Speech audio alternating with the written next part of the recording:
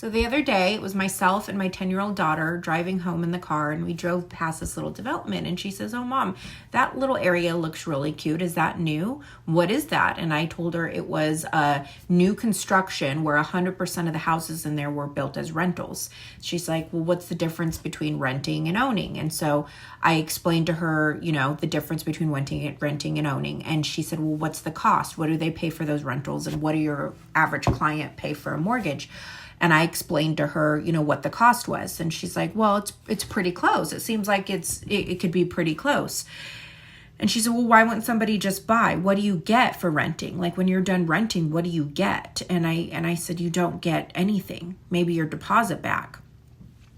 And she's like, "Well, what do you get? Like if you and Dad sold your house, what do you get?" So then I explained to her appreciation and equity and how that works. And she's like, "Well, why wouldn't somebody just buy then?"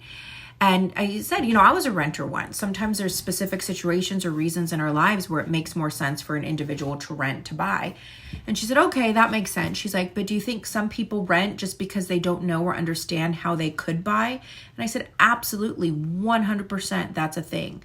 And it can be very scary for people."